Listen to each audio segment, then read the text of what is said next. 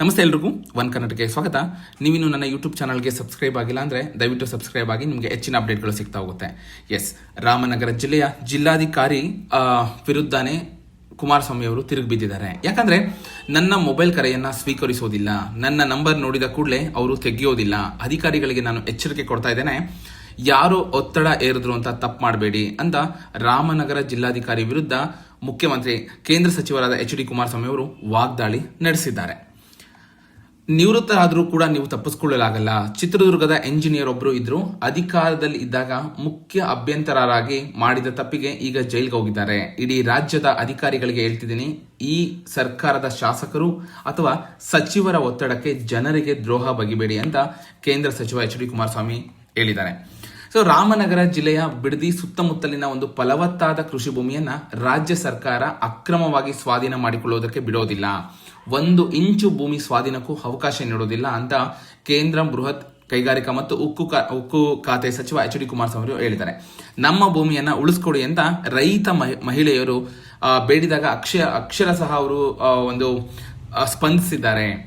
ನನ್ನ ಸಹೋದರಿಯರ ಈ ಭೂಮಿಯನ್ನು ಉಳಿಸ್ಕೊಡುವ ಭಾರ ನನ್ನದು, 1 ಇಂಚು ಭೂಮಿಯನ್ನ ನಾವು ಬಿಡೋದಿಲ್ಲ, ಅದು ಹೇಗೆ ಸ್ವಾಧೀನ ಮಾಡ್ಕೊಳ್ತಾರ ನೋಡೋಣ ಅಂತ ರಾಜ್ಯ ಸರ್ಕಾರಕ್ಕೆ ಸವಾಲ್ ಹಾಕಿದ್ದಾರೆ. ಇನ್ನು ನೀವು ಯಾರಿಗೂ ಹೆದರಬೇಕಿಲ್ಲ, ನಿಮ್ ಜೊತೆ ನಾವಿದ್ದೇವೆ, ಅದೇನೇ ಬಂದ್ರು ಎದುರಿಸೋಣ ಅಂತ ಸರ್ಕಾರಗಳು ಬರುತ್ತೆ ಹೋಗುತ್ತೆ, ಆದ್ರೆ ಜನರು ಶಾಶ್ವತ. ಸರ್ಕಾರಗಳು ಒಂದು ಜನಾಭಿಪ್ರಾಯಕ್ಕೆ ಮಣಿಯಬೇಕು, ಇಲ್ಲವಾದ್ರೆ ಹೇಗೆ ಬುದ್ಧಿ ಕಲಿಸಬೇಕು ಎಂಬುದು ಜನರಿಗೂ ಗೊತ್ತಿದೆ ಅಂತ ರಾಜ್ಯ ಸರ್ಕಾರ ವಿರುದ್ಧ ಅವರು ಗುಡುಗಿದ್ದಾರೆ. ತಮ್ಮ ಮುಂದೆ ಕಣ್ಣೀರೊಟ್ಟುಕೊಂಡ ಒಂದು ರೈತ ಮಹಿಳೆಯರಿಗೆ ಧೈರ್ಯ ಹೇಳಿದ ಕುಮಾರಸ್ವಾಮಿ ಅವರು, ನನ್ನ ಒಂದು ಸಹೋದರಿಯರ ಕಣ್ಣಲ್ಲಿ ನೀರು ಬರುವುದು ಬೇಡ, ನಿಮ್ಮ ಕಣ್ಣೀರಿಗೆ ನಾನು ಕಾರಣವಾದವರಿಗೆ ನಾನು ತಕ್ಕ ಒಂದು ಶಾಸ್ತಿ ಕಾದಿದೆ. 2028ಕ್ಕೆ ನಿಮ್ಮ ಶಕ್ತಿ ಎಂಬುದನ್ನ ತೋರಿಸಿ, ಯಾವುದೇ ಕಾರಣಕ್ಕೂ ನಮ್ಮಲ್ಲಿ ಒಗ್ಗಟ್ಟು ಒಡೆಯುವುದು ಬೇಡ, ರೈತರ ಒಗ್ಗಟ್ಟಿಗೆ ಬೆಂಕಿ ಹಾಕಲು ಕೆಲವರು ಪ್ರಯತ್ನಿಸುತ್ತಿದೆ ಅಂತ ರಾಜ್ಯ ಸರ್ಕಾರ ವಿರುದ್ಧ ಆಕ್ರೋಶ ವ್ಯಕ್ತಪಡಿಸಿದ್ದಾರೆ. ಇನ್ನು ಕೆಲವರು ಸ್ವಾಧೀನದ ಪರವಾಗಿದ್ದರೆ ಎನ್ನುವ ಮಾತು ಕೇಳಿದೆ, ಅದು ಒಳ್ಳೆಯದಲ್ಲ. ಸರ್ಕಾರ ಕೋಟ್ಯಾಂತರ ರೂಪಾಯಿ ಬೆಲೆ ಬಾಳುವ ಈ ಫಲವತ್ತಾದ ಭೂಮಿಯನ್ನ ಅಗ್ಗದ ಬೆಲೆಗೆ ಒಡೆದುಕೊಳ್ಳಲು ಹೊರಟಿದೆ. ಕೆಲವರು ಈಗಾಗಲೇ ಬೇನಾಮಿಗಳ ಹೆಸರಿನಲ್ಲಿ ಲ್ಯಾಂಡ್ ಬ್ಯಾಂಕ್ ಮಾಡಿಕೊಂಡು ದರೋಡೆ ಮಾಡಲು ಹೊರಟಿದ್ದಾರೆ. ಅವರಿಗೆ ಜನರಿಗಾಗಿರ್ಬೋದು ಸರ್ಕಾರಕ್ಕೆ ಮೋಸ ವಂಚನೆ ಮಾಡ್ತಾ ಇದ್ದಾರೆ. ಇಂಥವ್ರು ನಾವು ಬೀದಿಯಲ್ಲಿ ನಿಲ್ಲಿಸುವ ದಿನಗಳೇನು ದೂರ ಇಲ್ಲ ಅಂತ ಕೂಡ ವಾಗ್ದಾಳಿ ಮಾಡಿದ್ದಾರೆ. ಈ ಭಾಗದ ಕಾಂಗ್ರೆಸ್ ನಾಯಕರುಗಳು ಇಲ್ಲಿ ನಡೆಯುತ್ತಿರುವ ಒಂದು ಈ ಮೋಸವನ್ನು ಗಮನದಲ್ಲಿಟ್ಕೊಳ್ಬೇಕು. ಈ ಸರ್ಕಾರದಲ್ಲಿ ಇರುವವರು ನಿಮ್ಮನ್ನು ಕೂಡ ಮೋಸ ಮಾಡ್ತಿದ್ದಾರೆ. ನಿಮ್ಮನ್ನ ದಾಳವಾಗಿ ಮಾಡಿಕೊಂಡು ಜನರಿಗೆ ಅನ್ಯಾಯ ಮಾಡ್ತಾ ಇದ್ದಾರೆ.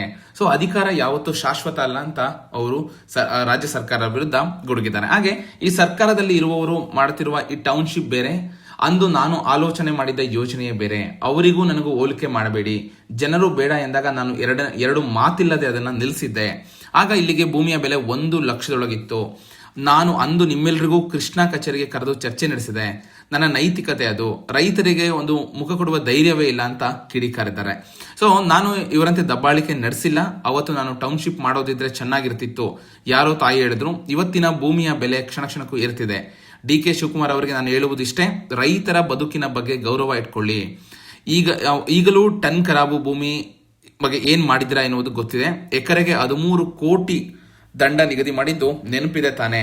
ಇದು ಆದ್ರೆ ಈ ರೈತರ ಭೂಮಿಗೆ ಎಕರೆಗಳಿಗೆ ಕೇವಲ 2.45 ಕೋಟಿ ಅಂದ್ರೆ 2.5 ಕೋಟಿ ಕೊಡ್ತೀವಿ ಅಂತ ಹೇಳ್ತಾ ಇದ್ರ. ಇದು ಯಾವ ನ್ಯಾಯ? ರೈತರಿಗೆ ಒಂದು ಲೆಕ್ಕ, ಅಂದ್ರೆ ಈಗಲ್ ಟನ್ಗೆ ಇನ್ನೊಂದು ಲೆಕ್ಕ ಅಂತ ಆಕ್ರೋಶ ವ್ಯಕ್ತಪಡಿಸಿದ್ದಾರೆ. ಓಕೆನಾ? ಒಟ್ಟಾರೆ ನಾವು JDS ರೈತರ ಪರವಾಗಿ ನಿಲ್ತೀವಿ. 2028ಕ್ಕೆ ನಮ್ಮನ್ನ ಸಿಎಂ ಮಾಡಿ, ಅಂದ್ರೆ ಕುಮಾರಸ್ವಾಮಿ ಅವ್ರನ್ನ ಸಿಎಂ ಮಾಡಿ ಅಂತ ಪಕ್ಷ ಕೂಡ ಕೇಳ್ಕೊಂತಿದೆ.